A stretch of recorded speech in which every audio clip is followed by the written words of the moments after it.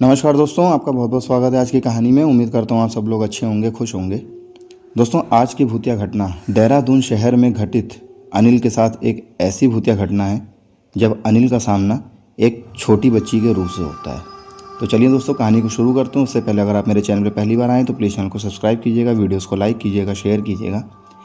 तो दोस्तों, आप जो मैं कहानी सुनाऊँगा वो अनिल जी के नज़रिए से ही सुनाऊँगा। नमस्कार दोस्तों, मेरा नाम अनिल है। मैं जयपुर शहर में रह के पढ़ाई करता था और एमबीए करने के दौरान ही मेरा प्लेसमेंट होता है, तो मैं जॉब के लिए देहरादून चला आता हूँ। ठीक ठाक बैंक में जॉब लगी थी तो मैं देहरादून बिना कुछ सोचे समझे चला गया और उसके बाद मैं वहाँ पे 1-2 दिन अपने दोस्त के साथ रहा। उसके बाद मुझे फ़्लैट ढूंढना था तो मैं फ़्लैट ढूंढने में लग गया। ऑफ़िस मैंने ज्वाइन कर चुका था। फ़्लैट पूछते पाछते बहुत सारे फ़्लैट ऐसे थे जो बहुत महंगे थे, तो मैं सोच रहा था कि थोड़ा सा बजट में फ़्लैट मिले, तो ढूंढ ही रहा था। 3 से 4 दिन बीते थे, तभी मुझे एक फ़्लैट के बारे में पता चलता है। जब मैं उस फ़्लैट के पास जाता हूँ, उस एड्रेस पे जाता हूँ, तो मुझे पता चलता है कि उस फ़्लैट का जो मालिक है वो देहरादून के बाहर रहता है। आसपास पता करने के बाद मुझे पता चलता है कि उस फ्लैट का एक ब्रोकर है, तो मैं ब्रोकर से कांटेक्ट करता हूँ। ब्रोकर से कांटेक्ट करने के बाद मुझे वो फ्लैट मिल जाता है। ठीक ठाक बजट में था फ्लैट, तो मैं वो फ्लैट ले लेता हूँ। उसके बाद मैं अपना अब ऑफ़िस जो जाता था वो मैं अपने फ्लैट से जाता था और ठीक ठाक 10-15 दिन कट गए, अच्छे कटे और जॉब भी अच्छी चल रही थी। तभी दोस्तों दिन आता है 18 अक्टूबर 2002 का। उस दिन सुबह से बारिश हो रही थी और उस दिन मुझे शायद से काम भी ज़्यादा था और सुबह से बारिश हो रही थी और देर रात तक बारिश होती रही। तो मैंने सोचा क्यों ना, ऑफ़िस का टाइम तो ख़त्म हो ही गया है लेकिन काम ज़्यादा है तो काम भी निपटा लेंगे, तब तक बारिश भी बंद हो जाएगी। तो मैं फिर घर की ओर चला जाऊँगा, अपने फ्लैट की ओर चला जाऊँगा। तो मैं इतना सोच के अपना काम निपटाने लगा, अपना काम ख़त्म करने लगा। करीब रात के 11 बजे बारिश भी रुक जाती है और मेरा काम भी लगभग कंप्लीट हो गया था और काफ़ी रात हो गई थी और अक्टूबर का महीना था, तो हल्की फुल्की ठंड भी शुरू हो गई थी। तो करीब रात के 11 बजे मैं अपने ऑफ़िस से अपने फ़्लैट के लिए निकलता हूँ और अक्टूबर का महीना था, हल्का फुल्का ठंड भी लग रहा था। बाइक चलाते वक्त उस दिन मुझे बहुत अच्छा लग रहा था बाइक चलाते वक्त, क्योंकि मौसम ऐसा था, बारिश हुई थी, हल्की हल्की ठंड, हल्की हल्की ठंडी हवा। तो इसीलिए मैं आराम से बाइक चलाते हुए अपने फ़्लैट की तरफ जा रहा था। सुनसान एरिया था, ठंड का मौसम स्टार्ट था, तो ज़्यादा सड़क पे जिस रास्ते से मैं जाता था तो उस रास्ते में वैसे भी ज़्यादा दुकानें और ज़्यादा घर नहीं थे। वैसे भी सुनसान एरिया था और ठंड की वजह से सुनसान वो और ज़्यादा लग रहा था, लेकिन मुझे डर नहीं लग रहा था क्योंकि मौसम इतना अच्छा था। तो मैं आराम से अपनी फ़्लैट की तरफ बढ़ रहा था। थोड़ा आगे जाने के बाद मुझे रास्ते में बाइक की लाइट से मुझे एक सड़क के किनारे एक छोटी बच्ची बैठी दिखाई देती है। तो मुझे लगा कि पता नहीं कौन लड़की है और ऐसे रात में बैठी हुई है, तो मैं उसके पास जाके बाइक रोक देता हूँ। वो एक पेड़ के नीचे बैठी हुई थी और उसके पास में जाता हूँ बाइक रोक के, उससे पूछता हूँ कि क्या प्रॉब्लम है, क्या हो गया। और वो कुछ बोल नहीं रही है, वो अपना सर नीचे किए हुए लगातार रो रही है। जब मैं उसके पास गया तो वो रो रही थी। फिर दोबारा मैं पूछता हूँ कि छोटी क्या हो गया, तुमको कहाँ जाना है, कौन हो तुम, तुम्हारे मम्मी पापा कहाँ हैं। लेकिन इस बार भी उसने कोई दोबारा भी जवाब नहीं दिया।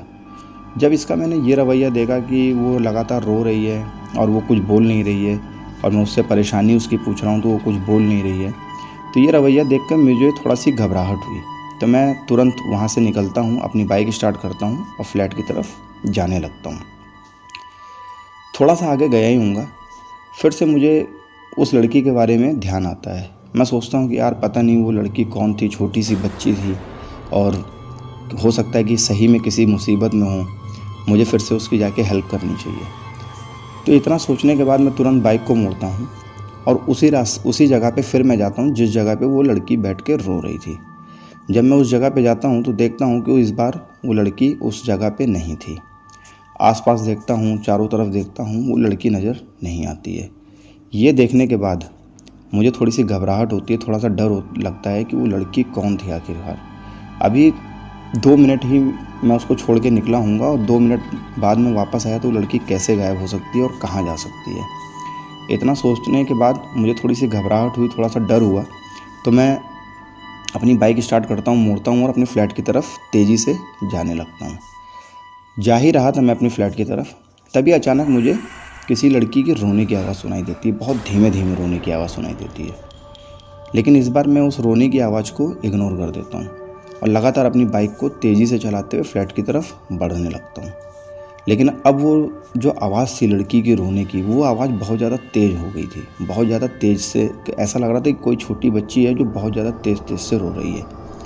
ये सुनने के बाद मैं चारों तरफ देखता हूँ, लेकिन लगातार बाइक चला रहा हूँ अपने फ्लैट की तरफ जाते हुए और लगातार चारों तरफ देख भी रहा हूँ, लेकिन मुझे कोई दिखाई नहीं दे रहा है और सिर्फ किसी के रोने की आवाज़ सुनाई दे रही है, वो भी एक कोई छोटी बच्ची। लेकिन कोई भी बच्चा या कोई भी इंसान मुझे अपने चारों तरफ दिखाई नहीं दे रहा और मैं लगातार बाइक चला रहा हूँ। तभी अचानक मेरी नज़र जो है वो बाइक पे लगी मिरर की तरफ जाता है और जैसे ही मेरी नज़र मिरर की तरफ जाती है तो मेरे रोंगटे खड़े हो जाते हैं दोस्तों। मैं देखता हूँ कि उस बाइक की मिरर पे वही छोटी बच्ची की परछाई दिखाई दे रही है जो मुझे रास्ते में रोते हुए दिखाई दी थी। ये देखकर मैं बहुत ज़्यादा डर गया था दोस्तों, बहुत ज़्यादा घबराहट हो गई थी मुझे और मैं तुरंत बाइक को रोकता हूँ और बाइक रोक के जैसे ही पीछे मुड़ता हूँ तो देखता हूँ कि मेरे बाइक के पीछे कोई भी लड़की नहीं थी। ये देखकर मैं बहुत ज़्यादा डर गया था, बहुत ज़्यादा घबरा गया था, पसीने से तरबतर हो गया था। जो मौसम मुझे इतना सुंदर और सुहाना दिखाई दे रहा था, वही मौसम अब मुझे काटने को दौड़ रहा था। तभी अचानक बारिश फिर से होने लगती है और मैं बहुत तेज़ी से फ्लैट की तरफ बढ़ने लगता हूँ, लेकिन लगातार वो लड़की की आवाज़, रोने की आवाज़ मुझे सुनाई देती है, पूरे रास्ते भर सुनाई देती है। लगातार मैं अपने मिरर में देख भी रहा हूँ कि वो लड़की कहीं फिर से तो मेरे पीछे नहीं बैठी है, लेकिन मुझे वो मिरर में दिखाई भी नहीं दे रही है। लेकिन मुझे उस लड़की की रोने की आवाज़ लगातार सुनाई देती जा रही थी। बहुत ज़्यादा घबरा गया था मैं दोस्तों। मैं तुरंत अपने फ्लैट में जाता हूँ। बारिश बहुत ज़्यादा तेज़ हो रही थी और घबराहट के मारे मैं जाता हूँ, कपड़े चेंज करता हूँ। कपड़े चेंज करके तुरंत मैं खाना पीना भी नहीं खाता हूँ, क्योंकि मुझे भूख प्यास कुछ लग ही नहीं रही थी।